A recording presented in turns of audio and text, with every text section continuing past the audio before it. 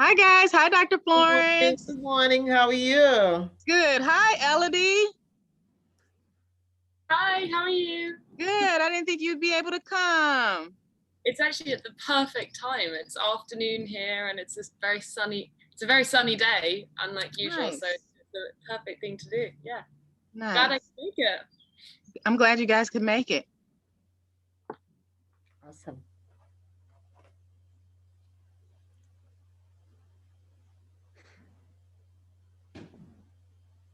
Hello. Hello. Good morning. Good morning. How Morning. is everyone? Good morning to some, good day to others. I feel like I gotta Absolutely. address that factor, huh? I How's feel everyone? very seen. Yeah. Elodie, where are you logging in from? I'm in London. We- Awesome. Yeah. So we're experiencing the first sunny weather for what feels about 3 years. So it's great. I'm very confused. Just went outside and it was like very confusing. Glad to be back inside now in the safe place. Awesome. Awesome. We'll take the sunshine, absolutely. It's good to see all of our fellows as well. How's everyone doing? Doing good. Good. Always Good. good. I'm good as well. Good. So happy to hear that. Um, I know we have a couple other people said that they were going to hop on, but I want to be respectful of time, but also really allow us to have as much time as possible to talk to Dr. Noru. Honestly, this Absolutely. discussion, an hour is never enough. We have these sessions and it's like, oh, if we had more time. So I want to have an opportunity to do that, but also want a quick chance to let everybody else say hello and things like that. Acknowledge our partners in the room and really allow us to have a in-depth discussion because this time is about our fellows who are learning in this process of their career and looking at some of the folks that we're bringing in for the speaker series as an opportunity to talk about what is out there, what's available to you as you continue to craft your journey and meet your ultimate goals in life. So we're excited and thankful to our partners, Elodie, who is with us from Subak, and Dr. Noru as well. And Anjulu, how are you? Great. How are you guys doing? It's a pleasure to see all of your beautiful faces. Absolutely. So I think what I might do is let the fellows go around and say their name and who they are real quick. And then if you would allow me, Dr. Noe, to give you a quick intro on Absolutely. if you want to say a quick hello as well, and then we can dive right into our discussion. Does that sound okay? This sounds great. Okay. And I apologize. I'll let you start first, Elodie. Go ahead. Oh, thank you. That's very kind of you. Yeah, this is so nice to see everyone. Mike, we haven't met either. So I'm with Subak. I'm the program lead at Subak. So lovely to meet you. But I've heard all about you. Yeah, so as I said, I'm Elodie Reed and I lead the program at Subak, which is basically an accelerator for climate nonprofits. We do a bunch of different things and it's kind of a confusing model because we think that we're the first in the world to be doing this.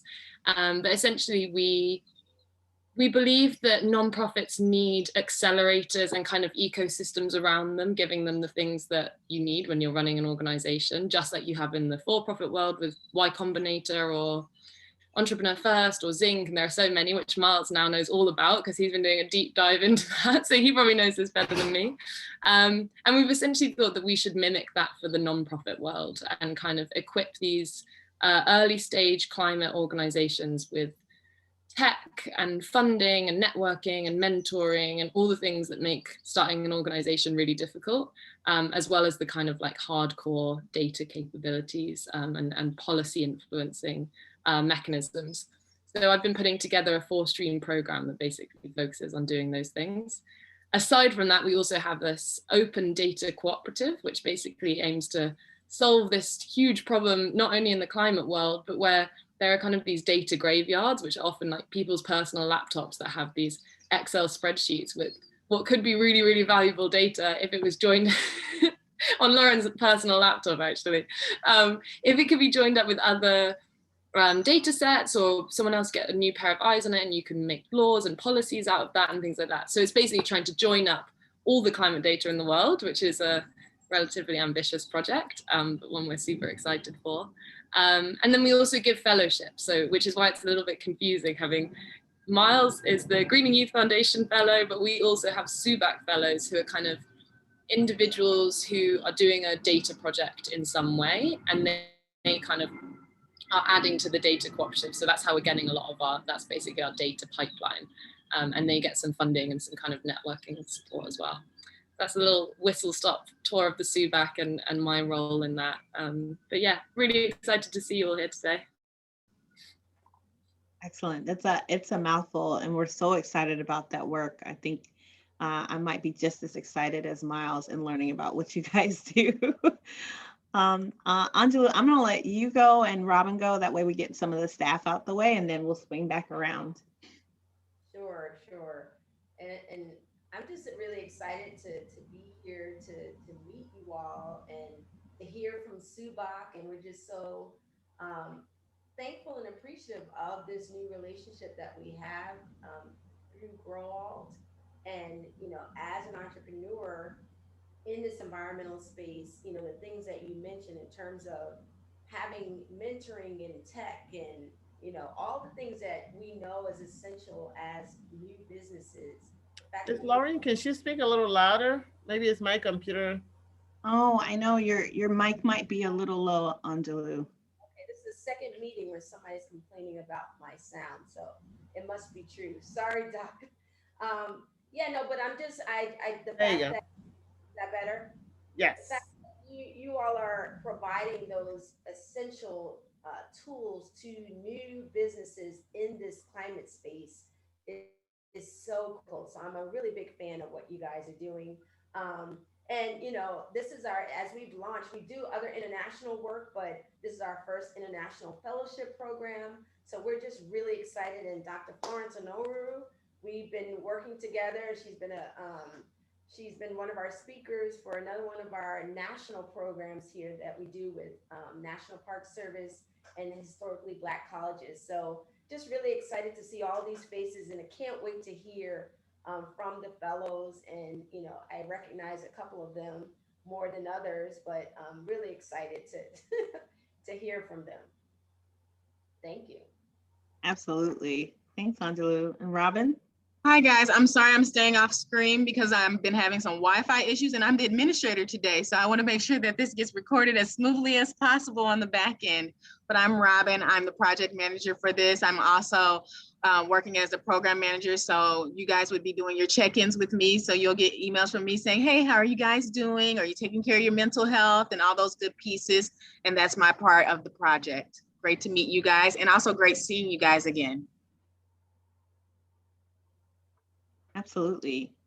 And so I'm gonna let the students go, and then I'll give you your quick overview of you, Dr. Noru. Your bio it blows my mind every time. And then I look at it, and then you add more. So I always I'm like, man, I feel like I need to do more with my life. But I'm gonna let the students say their name. If you just want to say your name and your position this summer or through the fellowship program and what you'll be doing, that would be sufficient. Or if you want to say more, please, I'm not going to hold you back. Okay. Hi, everybody. My name is Miles Zezilo. I am a GYF International Fellow working with SUBAC for the summer. Very excited about that. I'm working in marketing and PR and business operations and social media, all that good stuff, but also trying to, you know, do my part and do everything to help SUBAC. Because like, you know, L&D said, and like everyone else said, that it's very much cutting edge stuff that I'd love to be a part of. So yeah, it's very, very fun being a part of it. And yeah, I'm loving these meet and greets that we've had so far. The last one with Mr. Guy was great. So I'm looking forward to the one with Ms. Florence. And yeah, thank you for having me once again. Awesome. All right, I'll go next. So my name is Mike Bryan. I am actually working as an impact fellow for the Growald Family Fund, who is kind of like the overall sponsor for the program. As far as kind of my main role, within this last week, it's kind of defined itself. If you're familiar with developmental evaluation, that seems to be pretty much the basis of the work that I'm doing. I'm really focused on trying to help them kind of close a lot of the gaps that they have as far as the qualitative side of metrics that they receive from a lot of their partner organizations. So really glad to be here, really glad to be a part of this program and looking forward to these next several months coming up. Hi, I'm Kennedy. I'm working with Ember, specifically the European team this summer, and I'm primarily doing some data analysis work with that team, looking more so at like the social science side of climate change and climate policy. So far, I think my main project will be looking at kind of how like closing these power plants and trying to figure out alternative power methods, how that affects the jobs currently, because that's like obviously money is a big driver for change. And if the opposition is saying like, well, no, y'all don't have these jobs when these plants and factories close, that's kind of like a big non-convincer for people to switch to these renewable energy sources. So I'll be checking out more information on that this summer.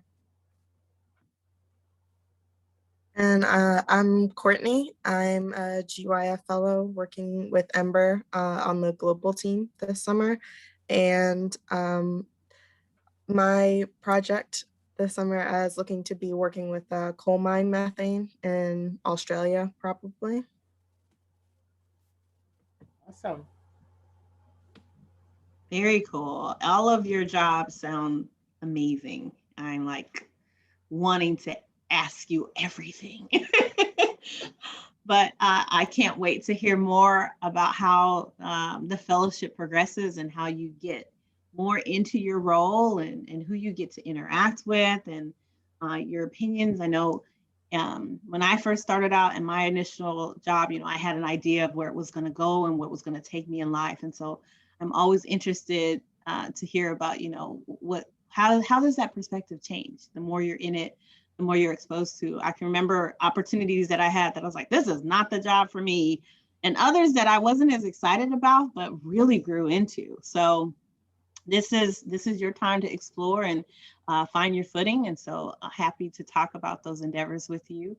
I think we have an individual with us today in Dr. Noru, who can say even more about that specific topic in terms of having a career journey that has really led her to some really exciting opportunities. And she's done a lot in the international space, as well as with historically Black colleges and universities, South Carolina State. Her research and her academia side, where she is a professor, really touches this space so deeply. I'm excited about some of the international work that she's done with the UN. As Anjulu kind of pointed out, we had the pleasure of having her speak to another cohort of ours and talking about that perspective and that broader range of thinking about sustainability, but not only for those other countries, but how can you bring it back home to the United States and take that global perspective on our problems and think about how to really cause change and make efforts that are going to be impactful and resonate, as well as the messaging. A lot of times trying to make sure the messaging is complete and getting people to engage in sustainability endeavors takes being able to have a global or international perspective on it. And so I'm really excited or was very pleased when you shared that perspective with our students before. Well, I'm going to stop talking and allow you to really share. I think if you are most comfortable, if you want to start us off, and then I definitely have questions that I want to lead us through in this discussion, but it's very open-ended. I want everyone to feel like if you want to interrupt and ask a question, that's available, or if there's something that you want to put in the chat, it doesn't seem like a right time to tell Lauren to shut up, that's fine. You can put your question in the chat and we'll go back to it. But Dr. Florence, if you want to kind of open us up in this discussion with your background and what kind of led you to your career decision. Absolutely. First of all, I have to say again, I am pleased to meet this wonderful young men and women. I took time to read your bios and I was very impressed. You already have made remarkable milestones in environmental issues. For all of you, for the all your bios covered everything that I preach to my students to embrace. And Miles, you brought in the tech aspect of it, which made it even more interesting. And so this is kind of a holistic. I wish I could take all of you and put you in a pot and just carry you with me to show how young people can embrace different aspects of the environmental issue, the social science, the education, the communication. All of these are important because when one piece is missing, the story is not told well. So I am really impressed with this group, and I hope that what I'll share with you would add to the knowledge that you have. I'm also impressed with your international connection.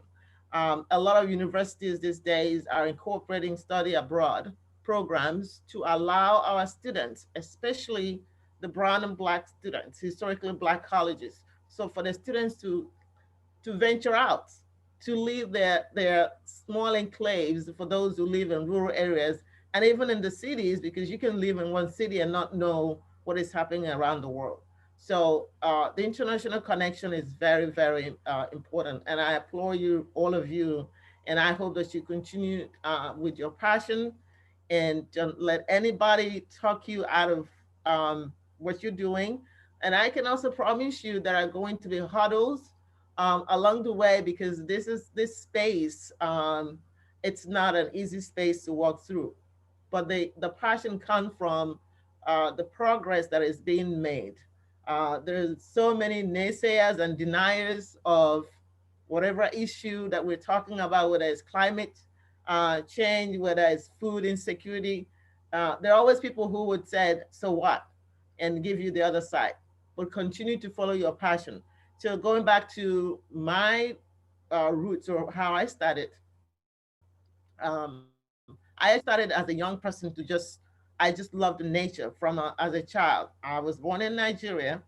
My dad was an agriculturist, and I was the first born of my parents. And in Nigerian culture, if your parents have a girl first, it's changing now, but it's still there.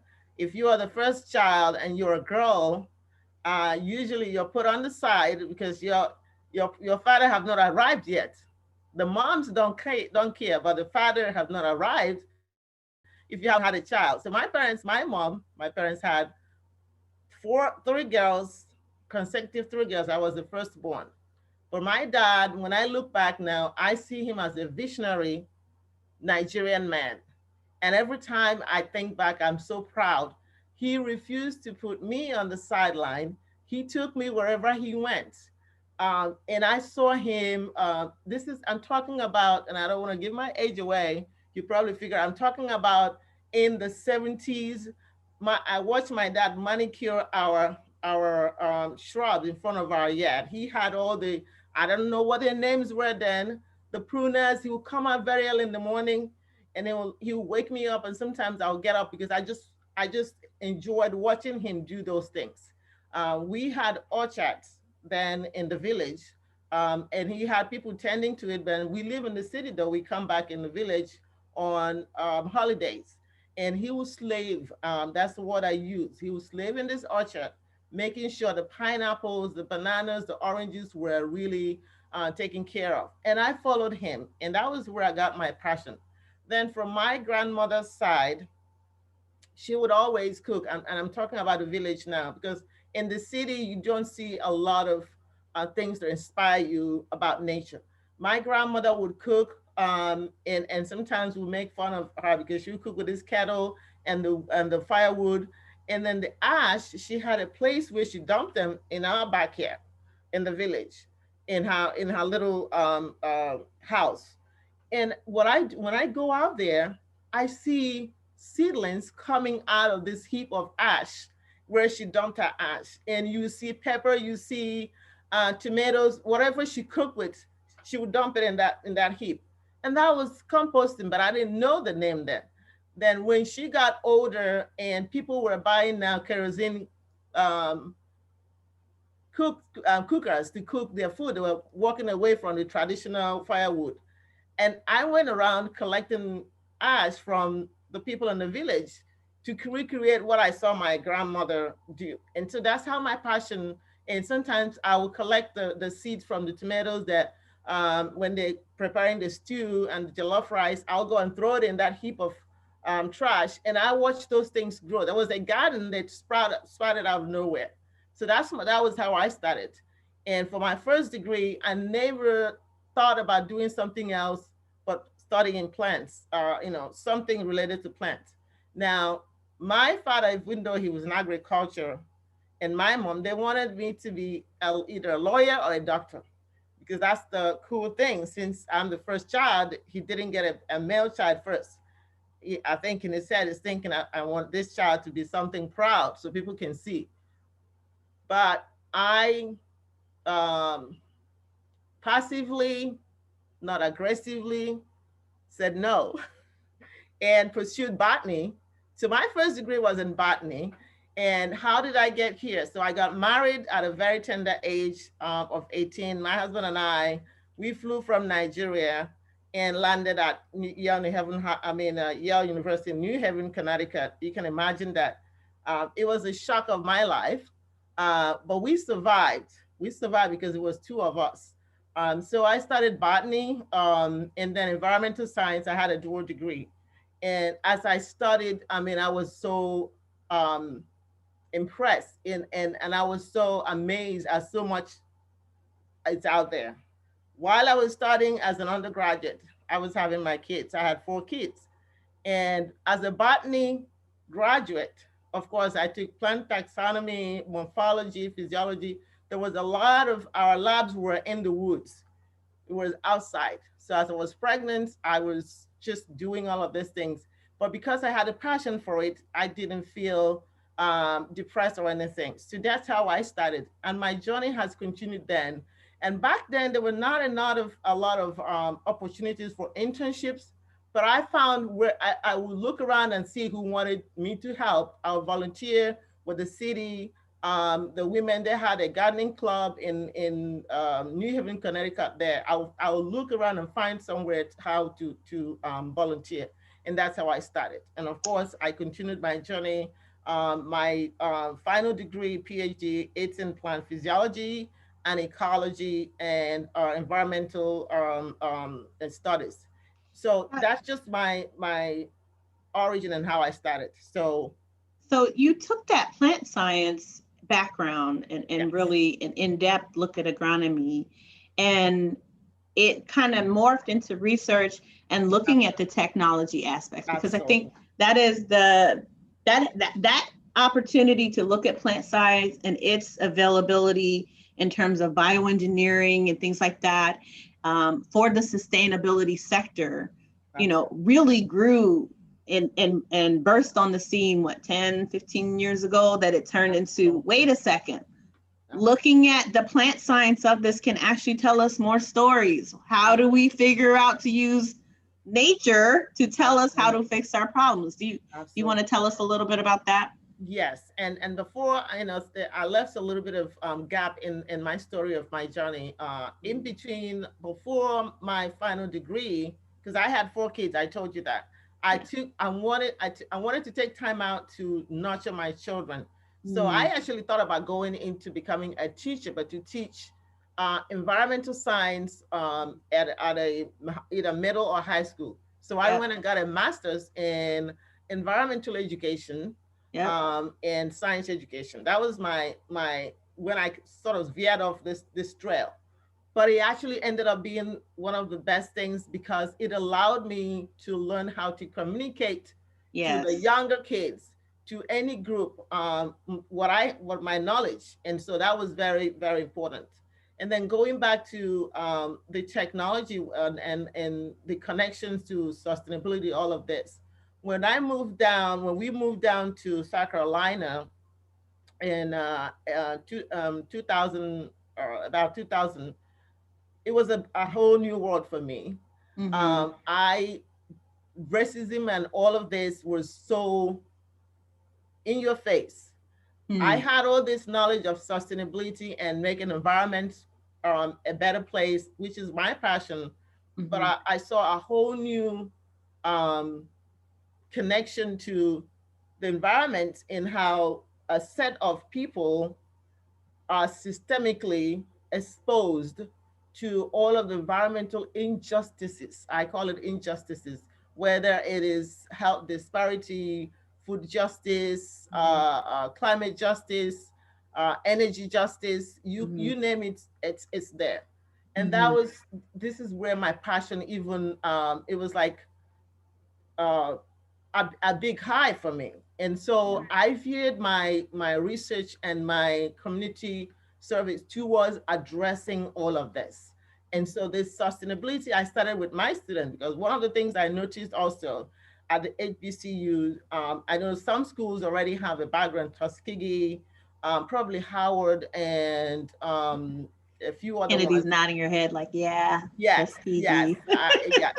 The reason, Uh-huh. because they have that background of agriculture and plants, so the students get to get the story, they get what you're trying to say. But a lot of the other HBCUs, they have a lot of focus on health science and health related the non-land grant institutions. Yes, yes. Yep. And so a lot of their students, when they come in, if you poll 90% of them would tell you their career choices would be in areas other than nature, environmental, or agriculture. And so that's where I focus my attention, recruiting and exposing these students to a vast, amazing world of environmental, natural resources conservation, and agro careers. That's what I did for the rest of my professional career. I started a campus sustainability program. While I was at the first HBCU where I taught, and actually I used my students. We wrote a letter to the president and addressed why we should have a sustainability program. And so the president said, well, we don't know, we don't have the resources. I said, don't worry, we'll put out the plan. So I wrote the plan, I got my students involved. He took it to the Board of Trustees, they approved it. And voila, we had a sustainability program, we had a committee. And one of the things that I insisted that in that committee, the students should be part of it, because campus sustainability cannot work if the students do not have a buy-in. And so a recycling program started, a waste reduction program, zero waste reduction program, green initiatives. They turned the entire campus into, they had a place where you can come in and ride around. They turned it into a green and ecological oasis within 5 years. And they won an award for that. So, and I took that, we went to the dining room, we talked about health disparities. Our students are also disproportionately affected by eating the wrong food. So again, we took the students as part of our sustainability to the dining room to face the food, because they always get them the wrong food to eat. So we came up with a way to educate the students, and we lobbied and got the dining services to change the food services and bring in healthier food. And then we started a gardening club as part of our sustainability initiative, so students can grow things at school and be exposed to the importance of eating healthy, but also learning how to grow those things. How many of you were involved in the sustainability initiatives at your school when it comes to the recycling programs and the food service programs? Yeah. How much, Michael? Well, like I've said before, like I was working for our Office of Sustainability my entire. I said, oh yes, when I read the bio. So like even outside of the school, if you're familiar with Ted Turner, his grandson John R. Sedell, he became the director of sustainability for the city of Atlanta. he reached out to all the universities, and we ended up forming a sustainability student council. We called it the ATL SSC, and this was pretty much all of the students from around the universities. So University of Georgia, Georgia Tech, Kennesaw, North Georgia, all of the students involved around their sustainability programs were connected. So I was doing sustainability work all of my undergraduate career. Awesome. Awesome. Yes. So to begin this journey, sometimes you have to start with baby steps, and you turn into giant steps. And a lot of times people will say, if I do something as an individual, does it make a difference? And the answer is yes. As a student, you can start a movement without even knowing it, a movement that will have an impact on not just your university campus, but the surrounding communities. And so our students, with that, we veered out into the communities around us, because where the school is, the Black population, it's about 40%. And the level of poverty is also very high. So we started to reach out to people to teach them about sustainability, but also giving them the power to demand more from their government, because there's power in knowledge. And so I mentioned the students, along with myself, we let the people know how they can reach out to their city councilmen to make changes within their city. Recycling, some cities now have ban on using plastic bags. Some cities don't even have recycling programs in their city where people can recycle. So those kind of things are things that students, depending on where your school is, or now that you graduate, you can get the community involved. A lot of the big movement in environmental issues now, sustainability, food justice, health disparity is even energy, right? And energy, yes. It's community-based, community-led solutions is what is being touted now, and a lot of times it works. The most recent thing, and I don't mean to jump the gun here, is we now have a community-led effort to stop the biomass wood pellet industries from coming to the Black and brown neighborhood to install their facilities. And here's the trick about this. Biomass was touted as a green energy solution to fossil fuel. Yep. To some level, it is. Right. When it started, because I did some work on biofuel feedstock, that means finding species that can be used to make biofuel. But you cannot do that and then create bigger problems. If you try to solve a problem and you create a bigger problem in the quest of solving that problem, then it doesn't work. Yeah, the environmental impact doesn't get diminished. You just impact a different negative impact, right? Exactly. And so we're now fighting the wood pellet industry in South Carolina, in part of North Carolina, because they started out small, but now they're expanding, and their favorite place to site their facilities are in the brown and black, the Black and brown communities.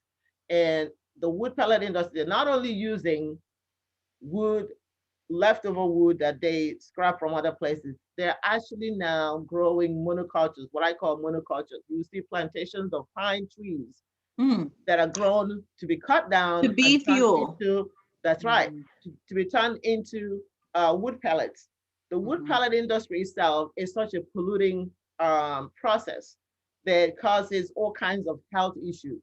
So you bring in health disparity. They're cutting down the forest to make this wood pellet, which they tell everyone that is green energy. And so the climate change problem continues, because if you're growing trees and cutting them down to fuel this industry, then you are not solving that. And then you're creating health problems for these communities. And students can engage in those type of things.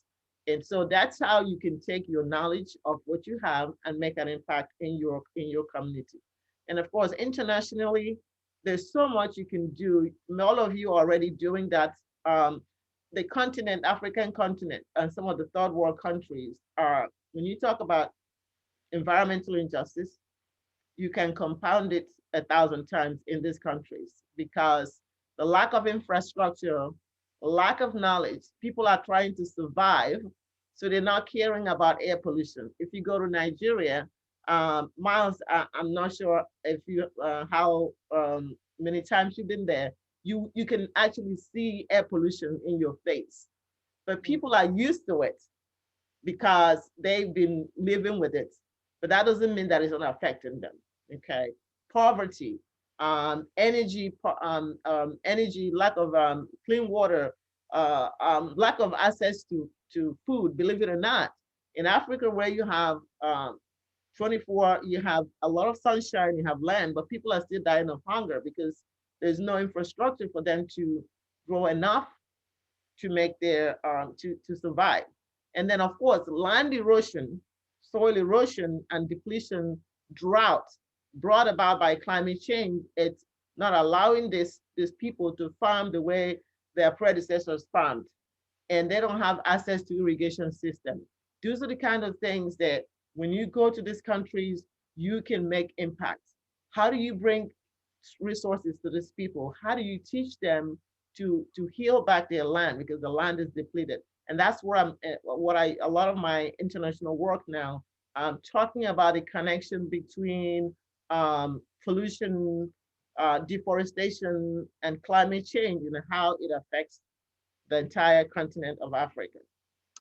Dr. Anoru, does your work, I know that you do a lot of research in this space, does your work talk about scalability? I feel like there are so many projects that start off as a pilot or a test to be a solution, but the problems are so big. So it becomes then not only, okay, that's a great solution, how do we scale it? How do we fund it to scale it? And then how do we test it on scale to make sure it actually still does work? Some things really only work in small mass or small impact. Right. So scalability is very important. The first thing is to get the people to buy into what you're trying to do, especially in outside of the United States. Because a lot of times when you come, you have to first gain their trust. Right. And let them know you didn't come here to tell them that they don't know what they're doing or you know better than them, but you start with education, and that's what I do first. When you educate them, then they are open to hear your views. And one of the things that I did in Ghana, I've spoken as a keynote speaker on conferences that is connecting climate change, deforestation, poverty, and health. The one in Ghana, I was focusing on the cocoa industry. Now, in Ghana, when you eat your chocolate, young men and women, think of where they're coming from. When you buy your gold or diamond jewelry, think of where they're coming from. They're coming from places where young kids are digging in mine pits that are laden with although they're looking for diamond and gold, but there are other pollution in these pits that these young people are getting all of this in. And they only see, I can't even quantify how much of the money that comes from their labor that they see. The same thing with the cocoa industry in Ghana. These women and men, they slave in the cocoa plantation, and they use fertilizers and pesticides. And there's no, now we have the PPE because of the pandemic. So everybody knows what, personal protective equipment is. These women, there's nothing covering them when they go into the cocoa plantations to farm. And they only get peanuts compared to what the companies that sponsor these cocoa plantations that are shipped to United States to make chocolates and other things. So that's why, I was trying to educate these women and tell them how they can change the way they farm and also demand from the people that they're farming from. And so you start with education. Then from there, you inform the local policymakers. And I tell you that in most of the third world countries, making policy changes is like pulling teeth. because there's a lot of politics and corruption. Okay? So you have to come, you have to pull all the tricks to convince them that this is good for the nation and the people. And so that's how you start. And as young people, you start out with connecting with the youth in that particular place. When I went to Ghana, I visited one of the polytechnics, the technical colleges that they'll call it here. And as I was driving around, the entire entrance to the campus was lined up with zinc thing. I don't know if you know what zinc is. Zinc is it's what they used to put roofs in Nigeria and most of the third world countries, but they are phasing that out. But zinc is a very dangerous thing to use for any type of structure, because when you have hurricanes or any type of high winds, they can fly up and decapitate people. So as I was driving around the campus, I was saying, oh my God, I can't believe what I'm seeing. And by the time I left, I got the campus, the students together. I said, you can use shrubs. I showed them all the shrubs that they can use around to replace those zinc fences. And the next time I went around, they have made the change. It looked aesthetically pleasing, and it was safer. And of course, you talk about the carbon sequestration for those landscaping shrubs. Those little changes is something that you can talk about. And so when you do those things, it makes a difference. And you don't know what impact you have in people's lives as a small section of a country or a community, but eventually it spirals and builds up, and it becomes something that you can look back and say, I'm glad I did that. Absolutely. I know that you said you didn't want to jump ahead, but I love that your work talks about that education piece in developing countries, and knowing that materials they may need for building, for structure and infrastructure are a lot different. You alluded to me that part of your research is in talking about hemp as a building and construction material, as well as for other purposes. Absolutely. So in my research, I kind of, if I had to put them in compartments, I have health disparity, I have climate justice, and I have sustainability, which covers a lot. And then I also have what I call the sustainable or regenerative agriculture in that mist, and then phytoremediation. So when I'm trying to study a plant, I look at what type of products can you get from that plant, medicinal, which helps in health disparity, especially in African nations. They don't have insurance in the third world countries. They don't have money to go and buy medicines when they get sick, so they have to choose between feeding their kids. So if you can find plants that have medicinal compounds that these people can use, that is a big gift. And in third world countries in Africa, there are a lot of plants that have medicinal uses. They call it folk remedies, but there's no research on exactly the efficacy or the effectiveness of those, or the dosage. How much of this would you take? Is this toxic at this level? So I do research on looking at those species that can provide medicinal compounds for those for health disparity issues. And then I look at other products. In terms of hemp, my getting into hemp started actually 2018, because I know that hemp, well, let me just start with the education piece for those of you.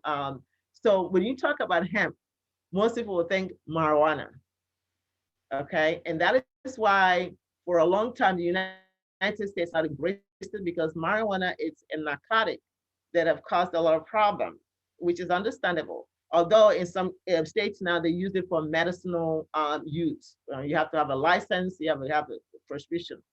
But marijuana has a cousin, I call it a cousin, that is also called hemp. But to separate the bad cousin, the marijuana, okay, it's not all bad now, depends on who uses it. and the cousin, which is the other hemp. Both of them come from a family called cannabis. So for fancy users, they say, you know, I use cannabis. They're talking about hemp. So there's marijuana, and then there's industrial hemp. Industrial hemp, I call it a miracle plant. Industrial hemp has medicinal uses, and it has almost all, right now, about 150 other uses. Wow. Right now, it's used, the fiber is used for construction, can be used for construction in housing industry.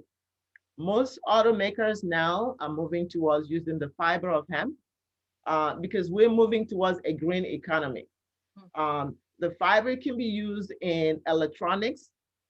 In the next 5 years, it is projected that if you buy a car, 40% of the car from the outside to the inside will be made of bio-based fiber, meaning fiber that comes from plants. Plant-based, yeah. Industrial hemp fiber has one of the strongest fiber ever known. Wow. In fact, some research shows that the fiber is as strong as maybe steel. Wow. And so- More than like bamboo, or more than. Oh yeah, oh yes. Oh, wow. Absolutely, absolutely. So there's a lot of research. And so in 2018, to get the story going, the state of South Carolina legalized industrial hemp for people for farmers to grow. And agricultural sector is a sector that is still lagging behind in the U.S. economy. And so industrial hemp, by projection, it's going to be a multi-billion-dollar industry because of all the different uses that I mentioned. The auto industry I mentioned, the aeronautic industry. Boeing, for example, is looking at using the fiber of industrial hemp to make their airplanes. And so in 2018, when I heard that the state is going to approve it, I immediately went to the Black farmers. It goes back to that systemic racism. Black farmers are right now about less than 5% of all farmers in South Carolina are Black. I said 5%, right? If you come to industrial hemp, the statistics now show about 1.5% of Black farmers are in industrial hemp. The question is why? The why is because there's so many blocks along the way. Getting loans, getting farms, getting your farm established or registered, all of those things. So there are obstacles along the way. And then industrial hemp, for you to even become a industrial hemp farmer, you have to go through background check, which doesn't make sense. I do webinars on the regulations and why it's unfair. They're trying to clean it up now. So what I did was I immediately went to help Black farmers get their licenses to be in the forefront of the industrial hemp agro business. And so I helped them get their licenses. Only a handful of the people that submitted got the licenses. So my research now, we're looking at the different varieties of industrial hemp. And industrial hemp has 3 different varieties. They have the variety that provides the oil. Many of you see CBD all over, even at the gas stations, you see CBD that and CBD that. CBD is the compound, one of the compounds called cannabinoids that you extract from the industrial hemp flower. And CBD has a huge potential in the health industry. And you have other compounds as well. Then there's THC. The THC is what makes people high. So industrial hemp, why I call it the good cousin of marijuana, it has a very low concentration of THC. So if you smoke industrial hemp, you're not gonna get high, but you get good CBD. And that's why it's catching fire with farmers. So my passion now is to make sure that farmers get a big piece of this pie, showing them how to get loans, how to get their farms registered so they can start to farm. But on the research side, I have demonstration sites where I'm using farmers to do my research.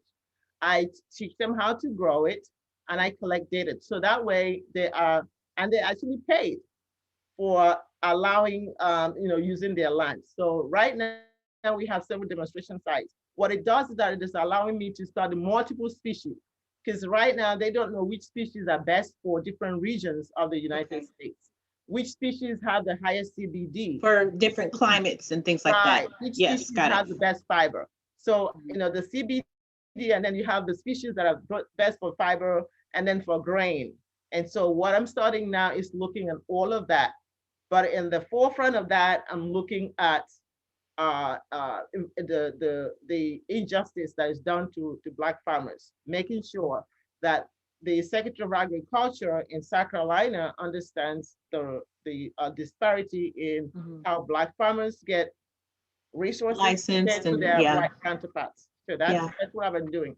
The other good thing with the marijuana, the industrial hemp, that it's part of my work is to use it in the phytoremediation.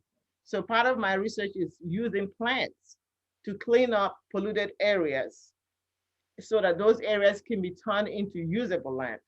There's so many places that they call opportunity zones, right, in Black neighborhoods that are dilapidated, that are run down, and many of those things are there, and some of them are factories that have been closed, but they have a lot of toxic chemicals in the ground.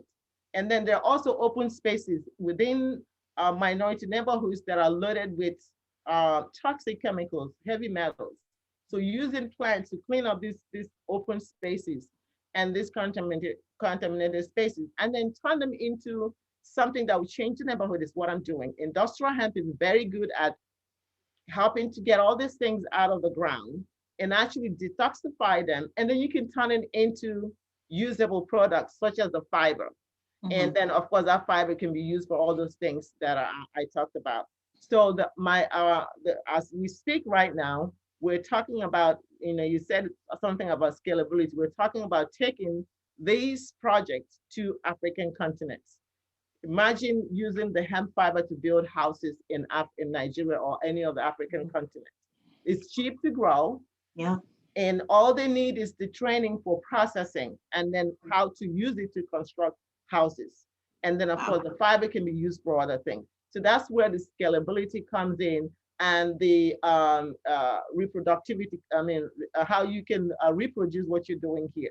So that's what we're working right now. The Department of Defense, I'm currently working on them, and then USDA, to see how we can take what we're doing here to African countries to build infrastructure to elevate poverty and for improve soils too, right? Because you said there's a quality to the hemp that is doing soil improvement, right? Absolutely, yes. So as it's removing the contaminants in the soil, it's also improving your soil. And one of the things that we're incorporating that is something called cover crops. When we plant the hemp, we also plant other plant species that would sort of rejuvenate the soil. They add nitrogen into the soil without you using any fertilizer. They promote, they suppress weeds, so you don't have to use herbicides. And so that's part of what we're doing. And some of those cover crops, you can actually harvest them and make money out of them. So the scalability then again goes back to teaching those people how to have multiple species all in one planting pot that can earn you money, and you make a living out of it. Oh my goodness. You make me want to go back to school. Absolutely. I know Angelou's like, you're not quitting. I'm about to join the industrial hemp crop. So let me tell you something. For the first time in my life, I've never seen young people excited about industrial hemp. I know. Opportunity. Everybody wants to be an industrial hemp farmer. Now, I'm not joking now. When I was doing the license, Bakari Sellers, I don't know if you guys know him. He's one of the youngest senators in South Carolina. You might look him up. He's a CNN analyst, Bakari Sellers. Okay. He hails from Denmark, South Carolina here. So he was looking for a license because there's so much opportunity and there's so much you can do with it. And then of course, infusion of technology into agriculture is another thing that we're teaching the young people, because that's one drawback. They think of farming as the old days where you very antiquated. But now everything it's technology driven. From your plot design, you can use GPS and GIS and map out how you're going to do it. Your irrigation system is automated, so everything is really technology driven. If you're doing a greenhouse cultivation, you have climate control that you can remotely do from your house. to control, when to feed, when to measure, and all those things. So infusing technology there is how you can also bring the younger generation into the agro sector as well. Very cool. I want to give this fellows a chance to chime in. You know, I feel like I monopolized the entire conversation. Absolutely. But if you have anything you want to ask or share, the floor is open still. Absolutely. I have a question. Sure. So, well, first of all, thank you for all of that. I learned a whole lot. While you were talking, I was like going through a whole bunch of Wikipedia pages, trying to learn more about what you were saying, and a lot of interesting stuff. So thank you for shedding light on it. Let's see. My question is about something in your bio that I found really interesting. Well, my friends always talk about the lengths that science takes and how far humans should go in the name of science, whether it's with the ocean or space. Like, new discoveries are exciting, but we don't really know the extent of the human presence on these communities or ecosystems. And of course, it's hard to retract once you kind of go into that discovery phase, with fossil fuels. Like, this is a prime example of that. So you talked about you were discovering or investigating like antimicrobial or antiviral properties in African plants in Africa, which is really interesting. So I guess my first question is, what did you discover? Because I wanted to know what that really is. And two, the second one is, at least are you ever hesitant about doing research like this, and thinking that things might go too far and we go into a community or disrupt an ecosystem that might not be ready for human discovery, human excavation, things like that? Absolutely. So I'll take the first question. So for the species that I studied, they all had antimicrobial properties. And when you do studies, you have to look at whether there's a statistically significance to your control group. And they all showed antimicrobial properties. The antiviral, there was one that showed antiviral property, and we used that particular one on HIV CD4 cells. These are not cells in the petri dish, and they had antiviral properties when those cells were exposed to extracts from the plants that we use. The cells proliferation or what is it called? The cells, it inhibited the cell growth. And so those were our discoveries. So reduced infected cells, basically. Yes, reduced, yes. So cells, whether it's viral or bacterial cells, they reproduce exponentially. So within a 24-hour cycle, you see exponential reproduction of the cell. So the extract from this particular plant had inhibited the growth of the cells. The viral cells. So, and that was how we found out that it did have antiviral properties. Now we plan to do more projects on that, but we ran into some problems because the president came in, was hesitant about studying viral cells in the lab in case there is so we kind of shied away from it, but it's something that I plan to to continue in the future. So that yes, so we found out those results: antibacterial, antiviral, and one had antifungal properties. Now, in terms of disrupting the ecosystem, like I said, my passion before even the medicinal portion was conservation. And what I'm a proponent of, discovery of plants that have medicinal value or economic value, but at the same time, you cannot destroy the ecosystem in the discovery or harvesting of those plants. So part of my talk when I go to international conferences is sustainable harvesting of these discovered species. You don't go into the forest and cut everything down. You can sensibly harvest, but also reproduce this in a way that is not disrupting the ecosystem. And I hope that that answered the question for you. It did. Thank you. Awesome. I just had a quick question on how you kind of got into the space of working with the UN. What kind of led up to that? What, was it a specific conversation that somebody was like, hey, come work for the United Nations? Or how did you kind of get to that point?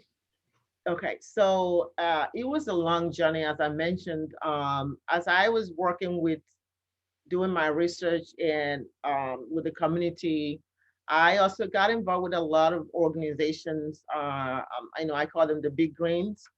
For example, Sierra Club, and I'm on their board, Dog with the Lions, and what is Friends of the Earth. The first campus sustainability that started was a campus chapter of that. And so after a while, people get to know what you're doing. And then I did my presentations at one of a UN conference in the United States here. And then one organization invited me to be on their board. And then with my students, I take them to where I go to present my conference. And so when the UN, when the Paris Accord was signed by President Obama, there's a organization called CAN. It's US Climate Action Network. So I became involved with that US Climate Action Network because of the work I do on climate change. And I was invited with my students to go and share what we do. And this year, last year we didn't. There was no. The last one I went to was in 2018. In Madrid, Spain. Again, I went with the students, and this year again, we plan to go again. So that's how I got invited. And I also work on the advisory role on climate justice, regarding carbon trading and mitigation and resilience and all of that.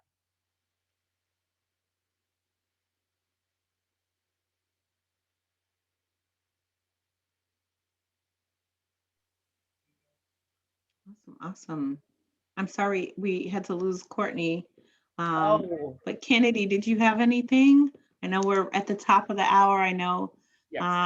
everyone has other meetings to get to today.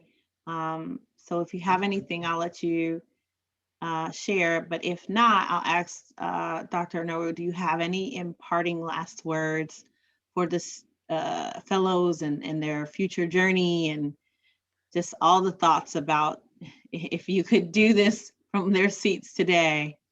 Absolutely. Well, my parting words that I hope that the story that I shared, you got something out of it. And I particularly have to say something about the social science connection to all of this.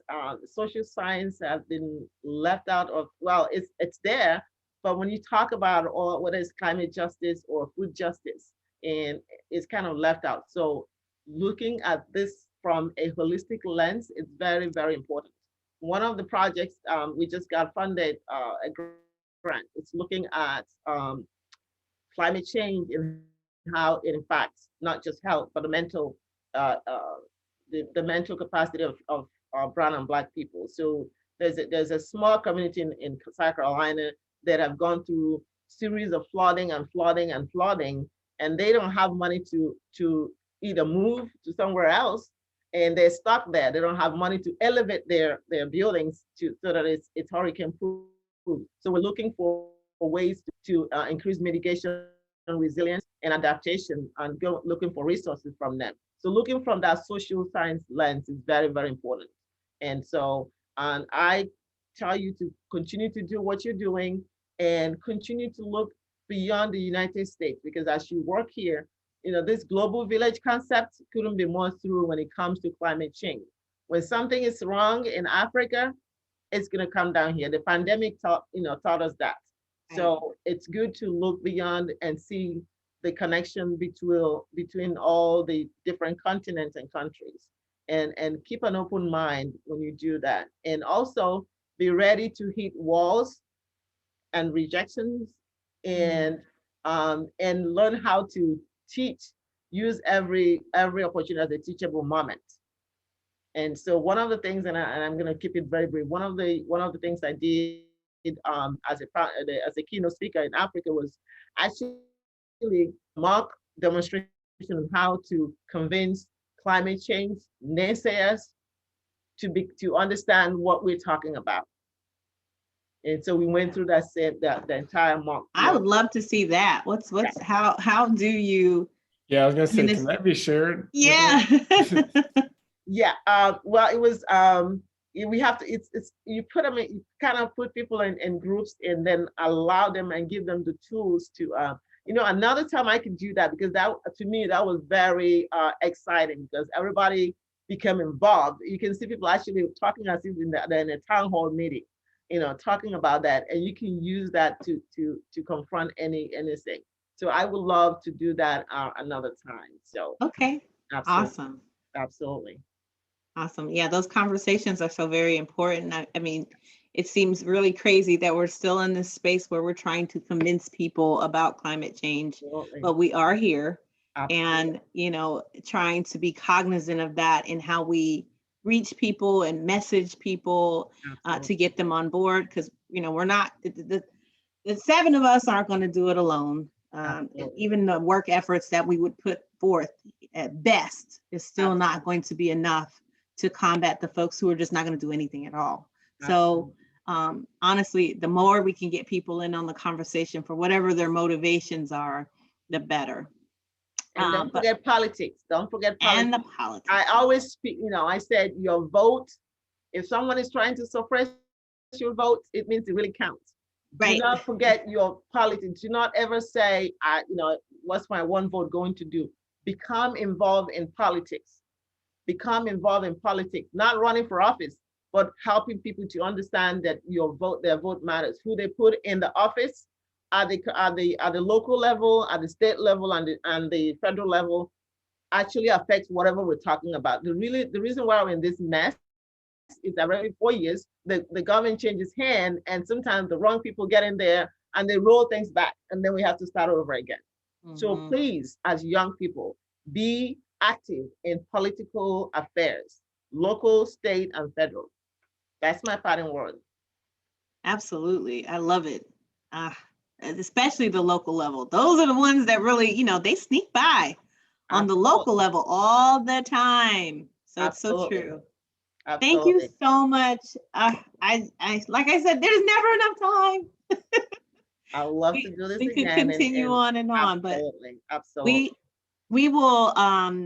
I think we have lots of check-ins that we're planning to have throughout this continued fellowship program, and can keep you posted on how everyone's doing. And we really appreciate your time today, the nuggets that you shared with us, and love to hear about the exciting research and thoughts and things like that. You got me doing my own research on the side too. So we are very appreciative of your time and your space today, and hope that we also shared some good thoughts and things like that about our work as well.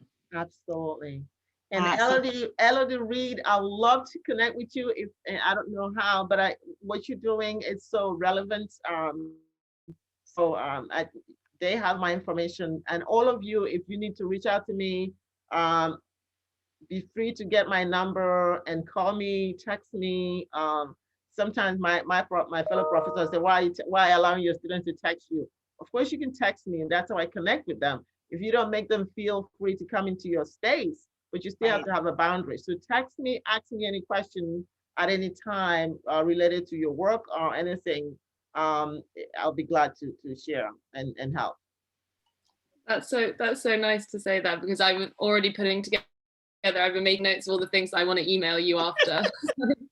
I've got a lot of questions and comments, and just that was just so interesting and really resonates with. I spent loads of time working on permaculture farms, and I worked for a charity that did climate smart agriculture in Kenya. So like just awesome.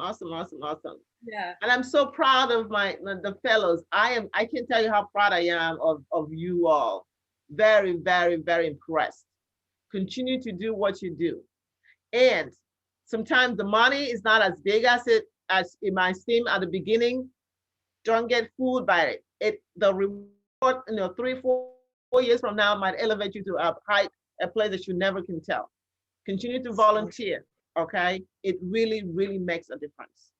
It does. Whew, yeah, I can't. Ooh, yeah. Drop that one too, girl. So true. Absolutely. So very true. Absolutely. Awesome. Thank you so much. Thank you everyone for your time. I'm so glad to see your faces. Please check in with Robin or myself if there's anything you need, questions. I can connect everyone and maybe even send out the recording back if there's stuff you guys want to hear again. Absolutely. Awesome. All right. Have a good one. Take care, guys. Thank you, everybody. Thank you. Bye. Bye. Bye.